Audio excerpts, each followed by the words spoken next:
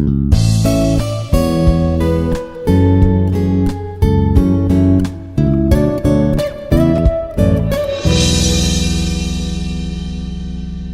everyone, myself Bidyutlata Sahoo, working as an assistant professor in the Department of CSE, Artificial Intelligence and Machine Learning at Institute of Aeronautical Engineering, Hyderabad. Today I am going to discuss about the configuration spaces in robotics on the course Applied Artificial Intelligence. These are the topics to be discussed. So what is continuous space? What are the key concepts behind this configuration space? Why the configuration space is needed in the field of robotics or need of configuration space, and example of configuration space and few important properties of the configuration space. So after the completion of this topic, students can apply the configuration space concepts to plan the collision-free path for the robots. So what is a configuration space, or what is configuration space? So before going to teach this one configuration space, I hope you might have seen my previous videos where I have discussed about the workspace and the configuration space. Actually, two important words are used in the field of robotics. One is the workspace.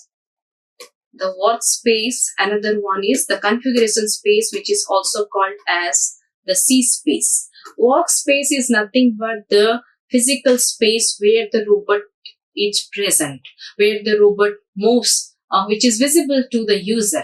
That is called as the workspace. So it contains, so workspace includes the movement, all movements of the robot along all dimensions. Like if it is a 2-dimension, that means x-axis or y-axis. If it is a 3-dimension, all the 3 coordinates x, y, z, as well as the angular value theta, because one is x if it is a 2-dimension, x and y. If it is a 3-dimension, x, y and z, as well as the angular movement theta in case of the workspace. But the configuration space says that what is the configuration space is nothing but the virtual space. It's not the real space, because if the space where the robot moves or where the robot stands, that the surrounding environment should be configured inside the robot. So in the form of configuration space, already I have discussed how it will be configured. It will be configured with the help of grids, and each intersection, means each intersection of rows and columns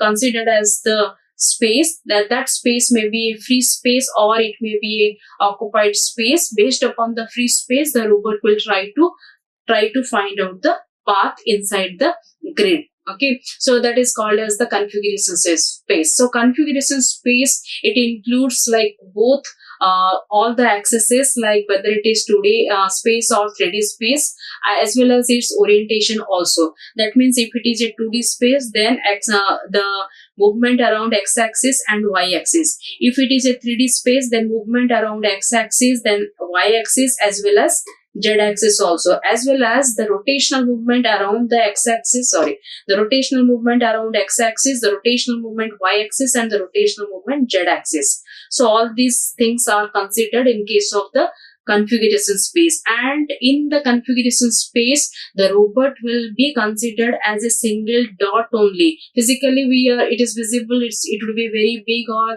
the arm would be there, the arms can move, but here in configuration space, it should be configured in the form of grid, and the presence of the robot will be considered as a single coordinate, either in the form of xy or xyz. Okay, as well as its movement, its arm movement also it will be considered. Like for example, the mechanical arm which is present in the robot can move in all 6 directions. Then each independent direction is called as 1 degree of freedom, DOF. So all these things, the transitional movement, the rotational movement, and the movement of all the arms and wheels are considered in the case of the configuration space. Now you come to this line, what I have mentioned over here. Configuration space represents all possible positions as well as the orientation a robot can have. Position means in the either XY or XYZ. Orientation means the movement around x-axis, movement around y-axis, movement around the z-axis. about the robot, and all the arm movement, arm joint, mechanical arm movement in all possible directions are also considered, and each independent direction, which is called as the 1 degree of freedom. So instead of thinking about the robot moving through a physical environment, we think about it moving through a space of possible configurations, that is called as the C space or configuration space. Now, the few key concepts about the configuration space I'll discuss now. First one is the configuration, and second one is the configuration space, and third one is the configuration space obstacles or cups. So let us come to the first one. What is the meaning of configuration in configuration space? A configuration describes the complete state of the robot, where the robot lies and how it would be configured inside the software. So it depends upon the type of robot actually. If it is a simple robot, then the configuration can be represented in the form of 2 dimensions, means x and y coordinate. If it is a rigid body robot, then the configuration can be represented like this: x comma y comma theta, where theta is nothing but the orientation. Means robot can move x direction, robot can move y direction, even robot can make one angular value theta also. Okay, this is x, this is y, and it can move in theta. Now, non-holonomic structure one day I have discussed in my video, like our car. If you see our car, which is having 4 wheels, and the position of the car can be considered as x and y, and it can take the angular movement theta also. So this type of position, rigid body robot, that is, so configuration would be x, y, theta. And for the robotic arm, it can move in all directions. So configuration would be angles of all the joints. So suppose the mechanical arm of the robot can move in all 6 directions, then theta 1, theta 2, theta 3, theta 4 up to theta 6. If it can move in all 3 directions, then theta 1, theta 2, theta 3, all the angular movements. This is the way we can represent the configuration of the robot. Then what is the meaning of the configuration space or C space? The space of all possible configurations are considered as the C space. Each point in the C space corresponds to one specific placement of the robot in the real world. So instead of obstacles in the physical space, we map them into the C space as a C space obstacle. That means the presence of the robot, let it be X and Y, and suppose this is the robot, and the robot arm can move in this direction. How it can represent it? Suppose x1 y1 at x sub t, suppose xt yt and theta t. Suppose the robot can move in forward direction, robot can take one angular movement also at a particular time. So in that case, we can represent like this. Okay, so that is the representation of virtually inside the system, which is called as the configuration space. Then what is the configuration space obstacle or cups? And one more is configuration space free. One is obstacle, another one is free. So cups are the regions or the spaces in the configuration space where the robot would be in collision. And free means it is the region where the robot can move freely. Now, as I discussed before, the whole robotic space will be divided into a number of rows and columns, and each square is considered as 1 pixel. So each pixel will be labeled whether it is a free or it is occupied. Okay, that will be labeled automatically. If it is free, then robot will try to find out, if suppose this location is free and this location is free. So like this, all the free locations will be explored by the robot, and it will try to find out, connect all the free spaces path so that it can move in that particular direction, and the places which are already occupied, it will ignore. So the free spaces are called as the configuration space free, and the occupied spaces are called as configuration space obstacle.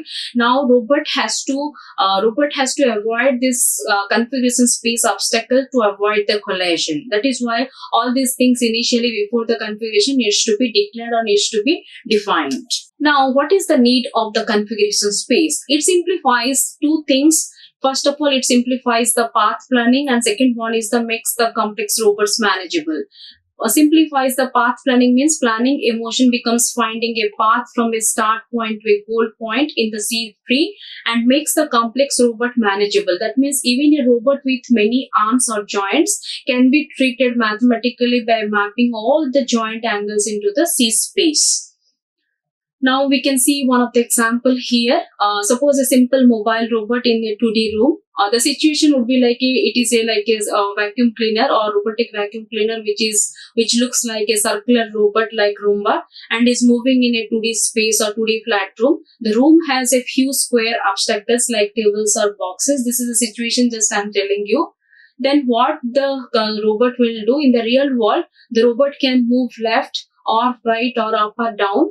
It must avoid all the bumping into the obstacle. The robot position is described by the coordinates XY because the robot is present in the 2D space. So configuration would be declared as X and Y. Just its location on the floor we can say. That is the step 1. Step 2, the configuration space will be built. That means since the robot is round in shape, so we inflate the obstacles by the robot's radius. So now the robot can be treated like a point on the configuration space like this. As I discussed, I'm drawing big squares. Actually, it's where the squares are very small here like this. It is very minute which will not be visible also.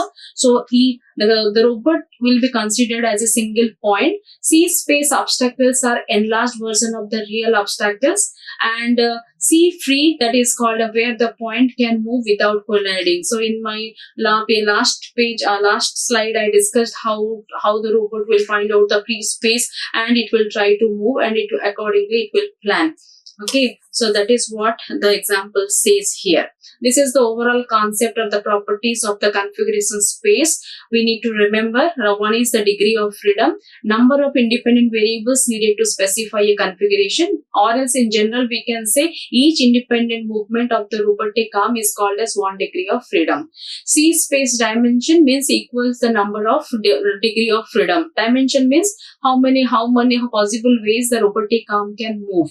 If it is 6, then robotic 6 dimension would be 6. C free, set of configurations where the robot is collision free, and curves, set of configuration where the robot would collide with the obstacles. So these are the important terms for the description of this configuration space. You can do it in your exam also. If you remember all these 4 terms, it will be very easy. So this is all about for this video lecture. For the preparation of this video, I have referred this book, Russell and Peter, a big book for artificial intelligence, a modern approach, which is available in Amazon also. So I hope you might have enjoyed this video. So till then, thank you. Like, share and subscribe. Hit the bell icon for more updates.